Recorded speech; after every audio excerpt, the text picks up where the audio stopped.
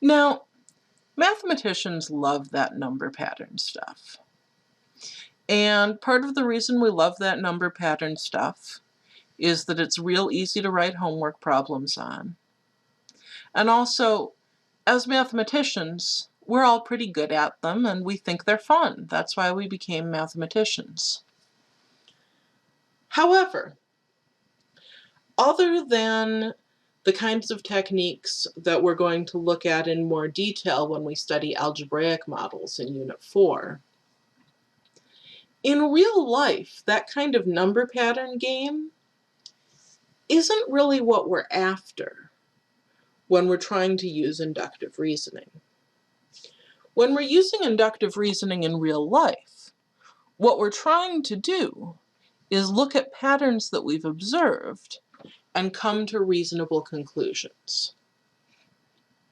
So here's an example of using inductive reasoning in a real-life situation.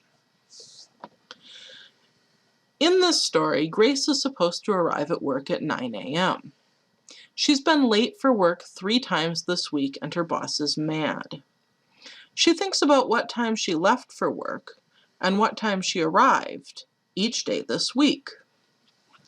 So, on Monday, she left home at 8:45, arrived at 9:10. It took her 25 minutes to get to the office, and she was late. On Tuesday, she left earlier. She left at 8:25. She got there at 8:40, and she was on time. That day she got there real early, so the next day she left at 8:30. When she left at 8:30, it took her 20 minutes to get there, and she arrived at 8:50, still on time. The next day, she left at 8:40. And when she left at 8:40, it took her 25 minutes to get there. She was 5 minutes late.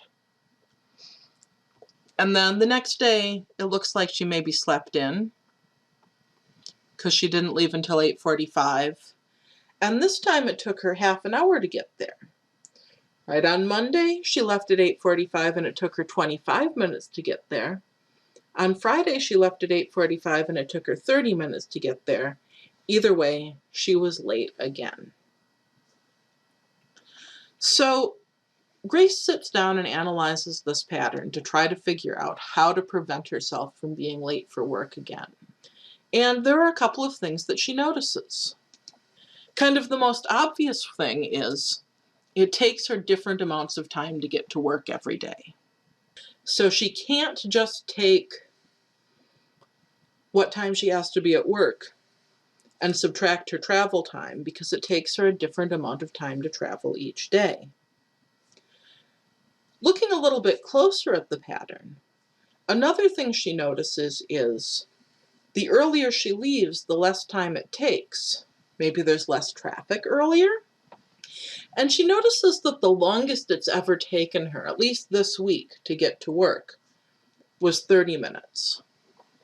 And that was the time it took on the day that she left latest at 8:45.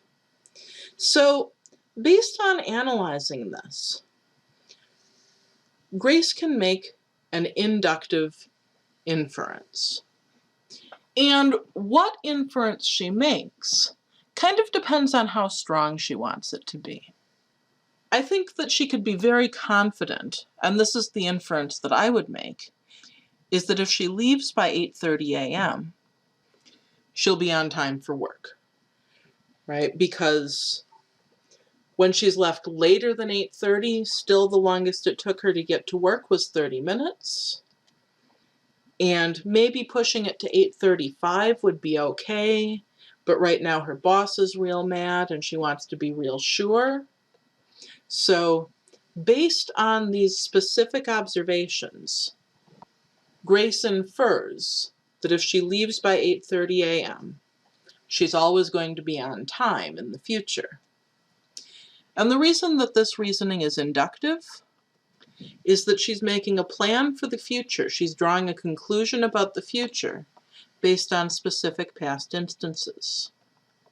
She doesn't have any abstract rule that tells her that it will only ever take 30 minutes to get there, or that it's always the case that if she leaves earlier, it takes her less time to get there.